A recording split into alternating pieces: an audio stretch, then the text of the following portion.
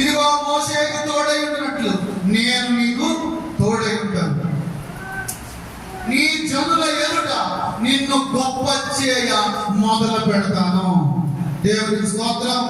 నిన్ను గొప్ప చేయడానికి, నిన్ను ఆశీర్వదించడానికి, నిన్ను దీవించడానికి ఈ రోజు నీతో నాతో దేవుడు మాట్లాడుతున్నాడు. మరలా మనం బ్రతకాలి. నీవు జీవించుతున్నావన్న పేరు ఉంది కానీ నీవు మృతుడివే అని ఏమండి అక్కడ ఉన్నటువంటి ప్రకటన గ్రంథంలో రాయబడినట్లుగా మనం జీవిస్తున్నామన్న పేరు ఉంది కానీ మనం మృతులుగా ఉన్నాం. మనం సజీవులుగా మారాలి, మనం లేవాలి, మనం బ్రతకాలి, ఇతరులను బ్రతికించాలి. ఆత్మీయంగా ఆత్మ సంబంధమైన ఆలోచనలతో మనం లేకుండా ఏమంటే లోక సంబంధమైన ఆలోచనలతో ఉంటున్నామేమో. ఈ కూటాల ద్వారా మనందరము తిరిగి మరలా బ్రతుకుదుము గాక. దేవుడు మనల్ని గొప్ప చేయాలి.